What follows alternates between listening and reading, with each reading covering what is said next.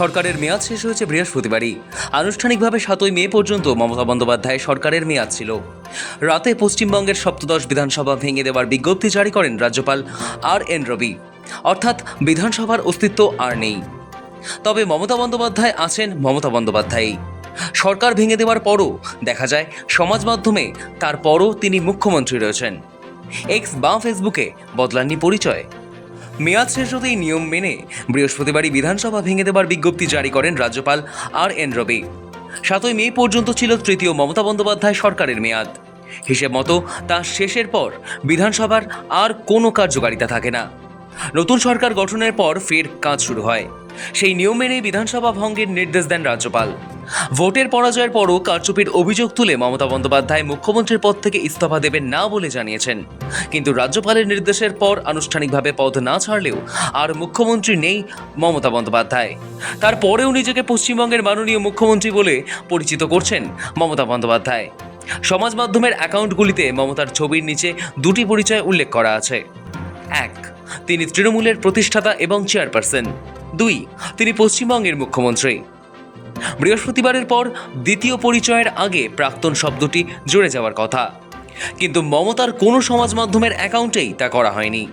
আগের অবস্থায় কোনো পরিবর্তন করা হয়নি।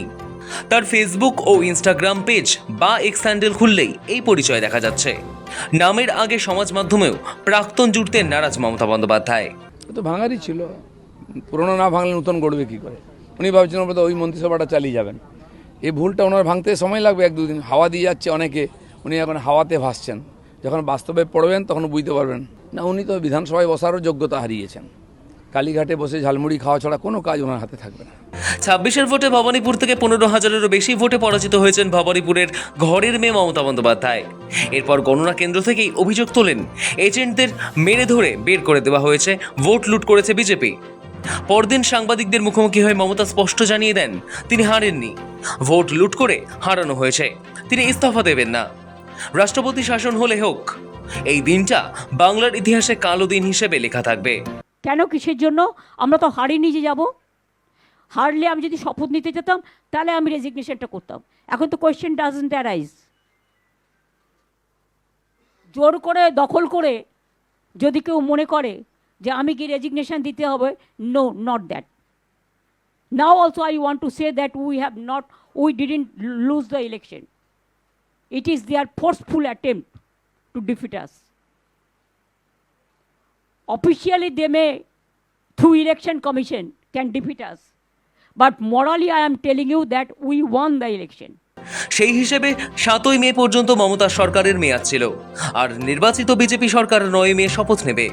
নিয়ম অনুযায়ী মুখ্যমন্ত্রী ইস্তফা না দিলেও মেয়াদ শেষ হলে এমনি আর তার পদের গুরুত্ব বা কার্যকারিতা থাকে না। তাই নতুন সরকার গঠনে কোনো সমস্যা হবে না। যদিও পরাজয়ের পর রাজভবনে গিয়ে মুখ্যমন্ত্রীর পদ থেকে ইস্তফা দেওয়াটাই রীতি। কিন্তু মমতা বন্দ্যোপাধ্যায় মনে করেন যে বিজেপি লড়াই করে জেতেনি, জিতেছে কারচুপি করে, তাই তিনি মুখ্যমন্ত্রীর পদ ছাড়বেন না। তাতে অবশ্য কোনো লাভ হলো না। রাজভবনের নির্দেশ মেনে বিধানসভা ভেঙে ফেলার বিজ্ঞপ্তি জারি করেন মুখ্য সচিব দুষ্মন্ত নারিয়াল। তবে মমতা আছেন মমতাতেই। সরকারের মেয়াদ শেষ, মন্ত্রিসভাও আর নেই, সমাজ মাধ্যমে তবু মুখ্যমন্ত্রী তিনি। বাংলায় চর্চা তুঙ্গে। সৌভিক চ্যানেলের রিপোর্ট, সময়, কলকাতা।